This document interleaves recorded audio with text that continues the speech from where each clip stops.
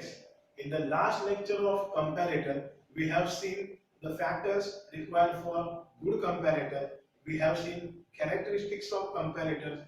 We have seen different classifications of comparators. Now, in today's session, we will start with one by one, starting with very first mechanical comparator.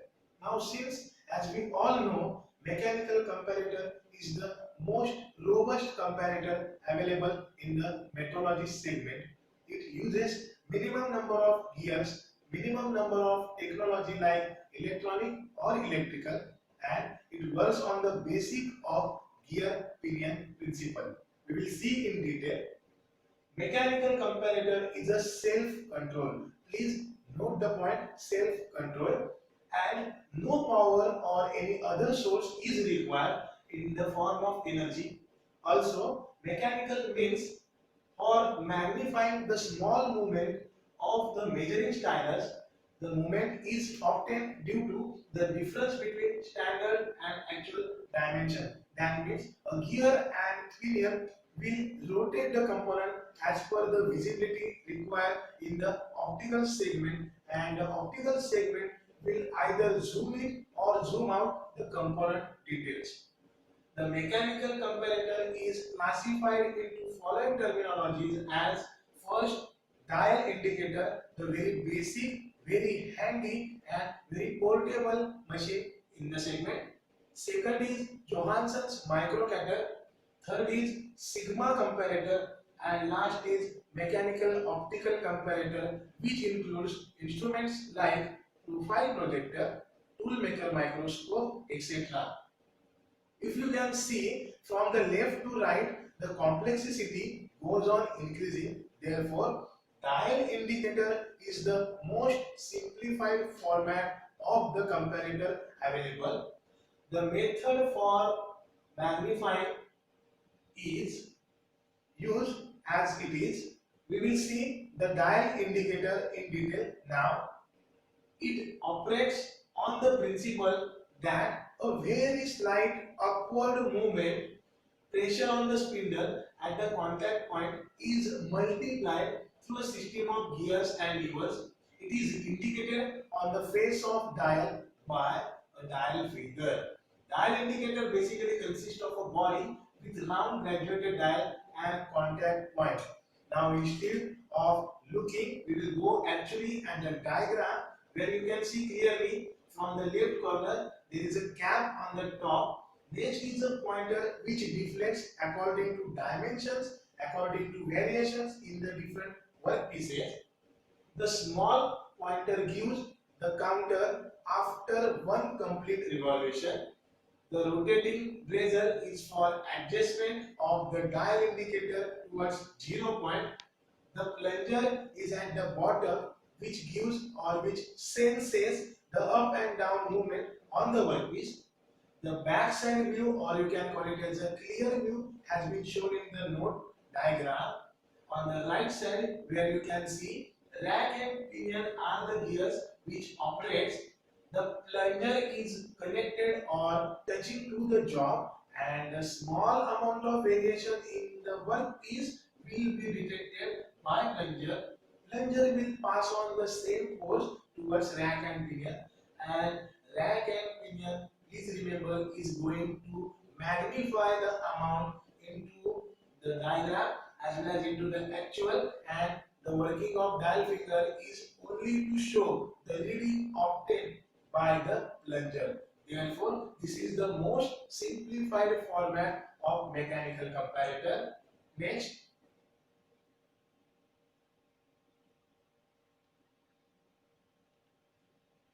now, what are the requirements of good dial indicator? Let us get to know how with the system before using dial indicator.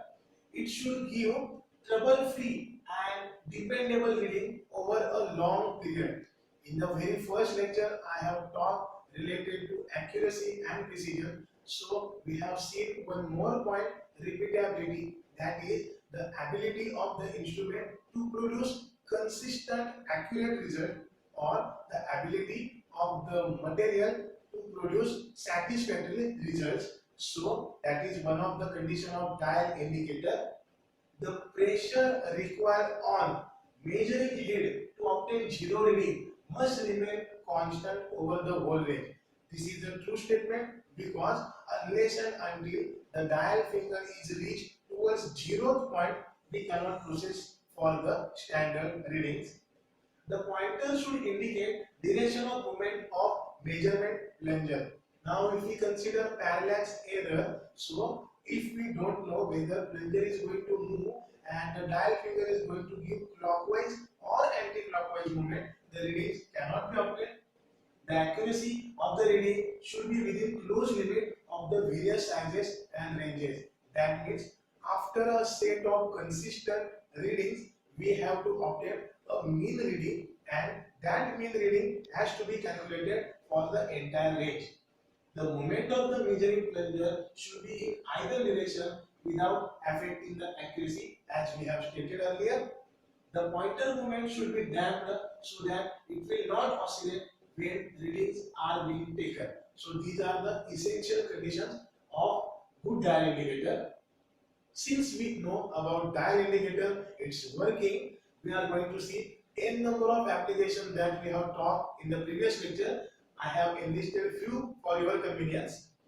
Comparing two heights or distance between narrow limits. Since not every workpiece is on a square or rectangle basis, there may be a chance that some components are having a taper shape. So in order to note the difference, we can use dial indicator to determine the errors in geometrical form such as ovality, roundness and taper. Now this ovality, roundness and taper are the points associated with the cylindrical shaped components. For taking accurate measurement of deformation such as intentions or compression. Now since the compression word has emerged out, it will be associated with the spring or damping structures. To determine positional errors of surfaces such as parallelism, squareness and alignment. Now in industry many times when we talk about assembly or fitting structure of closed fit or tight fit, these points come out. To check the alignment of lathe centers by using suitable accurate bar between the centers. Now since we know a long protruding bars has to be engaged in the headstock as well as tailstock, so if the centers are not matching, the component may give false reading, so the alignment has to be clear. To check trueness of milling machine arbors and to check parallelism of shaper arm with table surface or vice. Since we know the shaping tool has to be in the connection with the arbors and the arbors determine x, y position of the tool, it is prime important. Next, we will move to the second dial indicator, that is Johansson's micrometer. Since the name has been induced in the memory of C.F. Johansson, the principle is it works on the principle of button string spinning on a loop of string like in the case of children toys. We will see the construction. The method of mechanical magnification is shown in the figure. Now,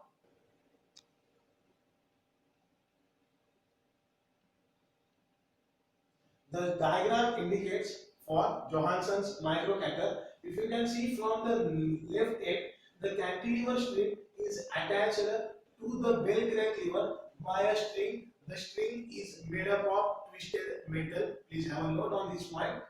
The scale has been shown and the pointer is one end of pointer is connected to the metal spring. Now why this? Unless and until the spring is twisted in either direction, pointer won't get any results, and when the pointer will get some results, or we call it as a deflection, it will be shown on the scale at the front side. On the bottom side you can see the elbow line structures are there. Now why elbow? Elbow section is the section which provides a firmness required during measurement. Measuring plunger was same that like in the dial indicator.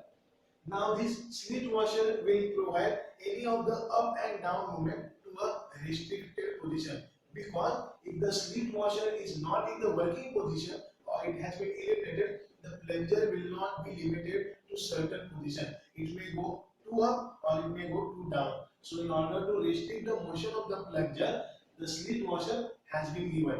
In the last lecture we have seen comparator. In today's lecture we have seen mechanical comparator, where the first was dial indicator and second is Johansson's microcontroller. We will continue this series in the next lecture. Thank you.